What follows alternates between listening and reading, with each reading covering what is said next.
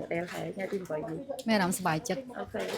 បងសុទ្ធតែពីមុនអត់ចេះសោះហ្មងថ្មីសក់ថ្មីចាស់ហ្មងចាចាគឺមករៀនឲ្យបងមានអារម្មណ៍ថាមិនដែរសំបីតែពី8ណាគឺបងធ្វើបានណាចាខ្ញុំមានអារម្មណ៍ថាមកដំបូងដូចជាអត់ដឹងពីព្រំភ្នែកសោះហ្មងតទៅពេលរៀនទៅមានអារម្មណ៍ថាអូអ្នកគ្រូបរៀនច្រើនខ្លាំងណាស់ហើយដូចថា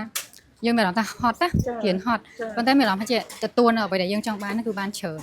ហើយចំណល់ដែលបងផ្លឹកឆ្ងល់ឲ្យបងចាំបានគឺបានមកគឺច្រើនខ្លាំងមែនតើចាហ្នឹងហើយអូខេហើយបន្ទាប់ពីយើងរៀនទ្រឹស្ដីយើងចេះយើងយល់ដឹងច្រើនយើងចាប់ផ្ដើមអនុវត្តលើ model ហើយថ្ងៃទី1ខ្ញុំអារម្មណ៍ថាខ្ញុំធ្វើទៅដូចជាហត់នឿយដូចជាអត់សូវយើងអត់សូវធ្លាប់តែធ្វើពីមួយថ្ងៃទៅមួយថ្ងៃទៅមួយថ្ងៃខ្ញុំអារម្មណ៍ថាស្អាតទៅស្អាតទៅស្អាតទៅហើយខ្ញុំដូច enjoy នឹងធ្វើរំភ្នែកហ្នឹងហ្មង enjoy ចូលចិត្តស្រឡាញ់ចាចាចាយើងកាន់ធ្វើកាន់តែស្អាតទៅស្អាតទៅស្អាតទៅដូចសប្បាយនឹងធ្វើហ្មងអូខេអញ្ចឹងមានន័យថាសម្រាប់ថ្នាក់មួយហ្នឹងគឺញ៉ាំបងនឹកស្មានថាខ្លួនឯងវាធ្វើបានល្អយ៉ាងហ្នឹងទៅចាស្មានអត់ដល់សោះហ្មងសប្បាយចិត្តខ្លាំងទៅអត់សប្បាយចិត្តអូខេខ្ញុំសូមសួរបងមួយទៀតពាក់ព័ន្ធនឹងរៀនឲ្យយើងបងគាត់ថាចំណុចនេះណាដែល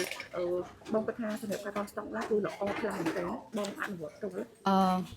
ពេលដែលខ្ញុំអនុវត្តខ្ញុំមានអារម្មណ៍ថាវាមាន step មួយឲ្យយើងយល់ដឹងឲ្យយើងធ្វើបានល្អប៉ុន្តែវាអត់ដូចនឹងពេលដែលយើងតខ្លួនឯងពេលដែលគេតមកលើយើងហ្មងយើងមានអារម្មណ៍ថាអូខ្ញុំអត់ដែរតក្រុមភ្នែកសោះហ្មងហើយខ្ញុំអត់ចូលចិត្តតខ្ញុំមានអារម្មណ៍ថាតទៅវាទៅ